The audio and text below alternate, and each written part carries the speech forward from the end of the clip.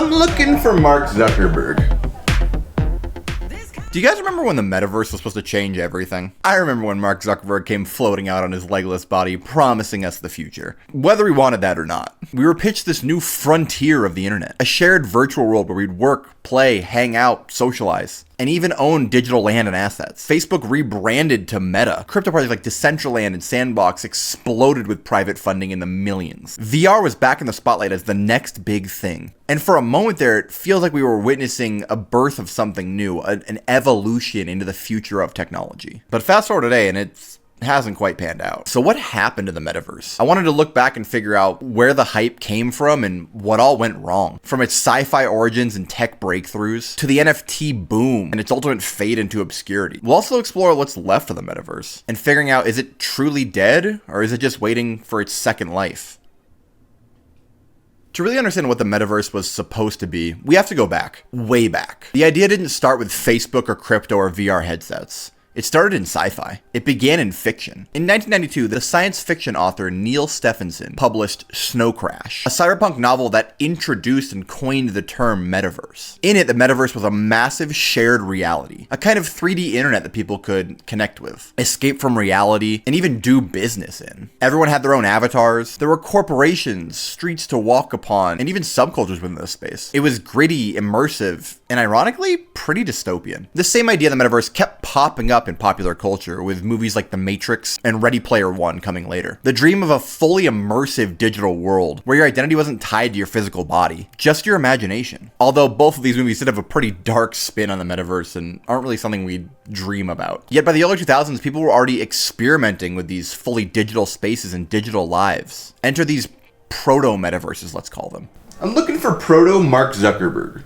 To begin, there was Second Life that launched in 2003, and it was the most ambitious for its time. It wasn't technically a game, there was no objective. Just a massive space where people created avatars, built houses, ran businesses, bought and sold digital land. Real money was involved as well, and users could cash out the earnings into actual US dollars. During its early years, Second Life experienced rapid growth within the space and intense media attention. By the mid-2000s, major universities, corporations, and even governments had established a presence in this virtual world. Real brands like IBM, Reuters, and American Apparel had digital storefronts within this space, while educators were exploring its potential for remote teaching in the early 2000s. At its peak in 2007-ish, Second Life had millions of users and a thriving in-game economy. However, Second Life's momentum began to slow in the 2010s. The user base plateaued as newer social platforms and games started to consume its audience, with technological limitations and a steep learning curve, and a reputation for niche, more adult content further limited its mainstream appeal. Around the same time, we saw more stylized concepts start emerging of these worlds, and enter Habbo Hotel, which I played a ton of when I was a kid. Habbo Hotel leaned into the pixel art and social minigame themes of the early 2000s, which was directly targeted at the teenage population at that time. You could buy furniture, decorate your room, throw parties, and just interact with the people around you. It was chaos, but it had its charm. Throughout the 2000s, Habbo Hotel expanded internationally, attracting millions of users from dozens of countries. Its business model relied heavily on people buying virtual goods, allowing users to purchase their furniture, their clothes, anything to customize their avatar or the room they were hosting. Habbo became especially notable for its active moderation and community events, fostering a safe and engaging environment for kids at the time. However, it also faced its challenges over the years, including concerns with online safety and certain controversies regarding inappropriate behavior, which in turn tightened moderation policies, driving some users away from that open chat room that they loved. Despite these hurdles, Habbo Hotel remains open and online today, continuing to evolve with new features and updates for its users. Its pioneering approach had led the way for these casual virtual spaces that was more approachable than a Second Life, and it remains a nostalgic staple for many kids that grew up in this era. Habbo Hotel's legacy lies with its networking and community that fostered the game, not so much the game itself. Then there was also the PlayStation Home, an equal space to these, but on the PlayStation Network. It's brought this virtual space concept to the console users. Sony's vision for this 3D social hub on the PlayStation 3 where players could create avatars, watch trailers together, decorate apartments, and interact with each other was ahead of its time for the console user base. While people hold this fondly in their hearts, Sony did shut down this project in 2015. But since then, dedicated fans have began keeping the servers alive with a whole fan-made project on the side to revive these servers and bring back these spaces that so many people hold dear. All of these were early steps forward to the idea of the metaverse, but there was one thing missing from them, and that was true immersion. But first, A message from our sponsor. Tom, I'm gonna need to call you back. Yep, no, you have a good one. Tell the wife and kids I say hi. Mark, we know you're watching the video. We're gonna need you to hit that subscribe button real quick. We can wait. By the 2010s, virtual reality was in the news in a big way. It wasn't the first time we'd seen this hype around this immersive technology. The 90s had plenty of experience with headsets and other VR applications that were not quite there. Anyone remember the Virtual Boy? Or those bulky VR headsets we saw in arcades from our childhood? The idea was there, but the tech just wasn't ready. But then in 2012, something changed. A 19-year-old named Palmer Luckey, working out of his garage, launched a Kickstarter for a new kind of headset, the Oculus Rift. Unlike past attempts, it wasn't just a toy or a novelty. It offered true immersion. With a wide field of view, responsive head tracking, and full 3D depth, this campaign exploded, raising over $2.4 million in a matter of weeks. And suddenly, VR wasn't just a retro gimmick. It was back in full force. Only a couple years later, Facebook would come and purchase Oculus for $2 billion, shocking the tech world. Mark Zuckerberg declared VR the next big step forward in technology innovation, a way to connect people, not just entertain them. It was a bold bet that kicked off a wave of competition. HTC partnered with Valve to launch the Vive, complete with room-scale tracking and motion controllers. Sony released the PlayStation VR, bringing VR to the console audience. Side note, my first instance with VR was my buddy who won the PlayStation VR off a Taco Bell prize box after telling him he was never going to win it. I was sitting next to him in the car.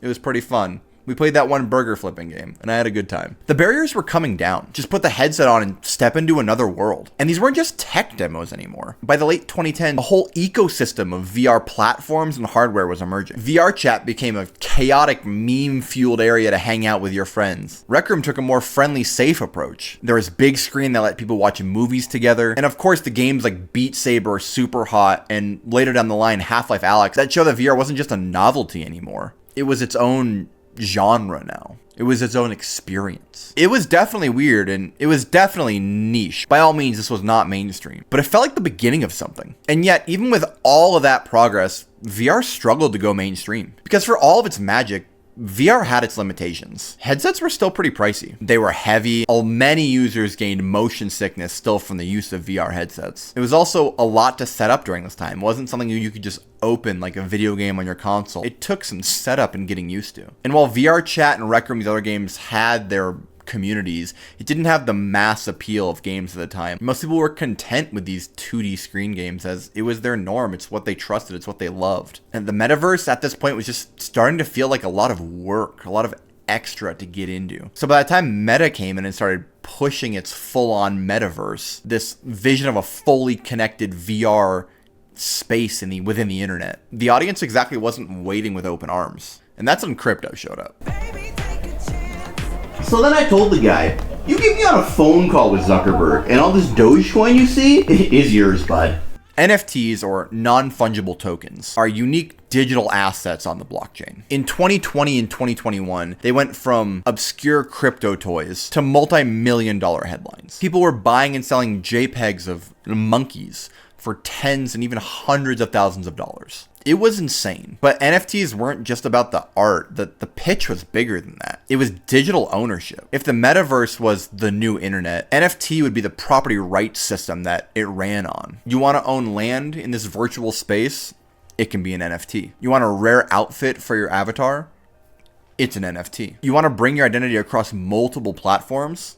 Solved with NFTs. Then entered the era of purely NFT-based games like Decentraland, Sandbox, and Axie Infinity. Decentraland promised a fully digital world where users owned the land within it. And more than just the land, the buildings, the art, the fashion, anything you could obtain, you had pure ownership of. Companies were eating this up, buying up parcels of land, events were held, and real money was changing hands. Sandbox was also right along in this race, with people like Snoop Dogg and Adidas putting big money on these projects. And then there were your gacha games like Axie Infinity, which was a straight Pokemon ripoff that you could play to earn. God, I hate that. In this digital gold rush, everything became an investment. The metaverse wasn't about experiences anymore. It was how to get rich quick. Even traditional companies were starting to jump in. JP Morgan opened a virtual lounge, and Samsung launched NFT galleries. But here's the thing is that most of these weren't fun or engaging for the audience that was supposed to be sold this world to, or even functional for them. You could buy land, but there was nothing to do on it. Most of these graphics were clunky and just behind the curve of most video games at this time. Movement was laggy and servers were just not great. And often the average user count was in the hundreds. Not hundreds of thousands or hundreds, just hundreds. And then the speculative bubble eventually burst. NFTs tanked. The crypto winter set in. And the Web3 metaverse dream that we had been all sold started to unravel. But when all these crypto projects stumbled, there was one big player still in the game. I believe the metaverse is the next chapter for the internet.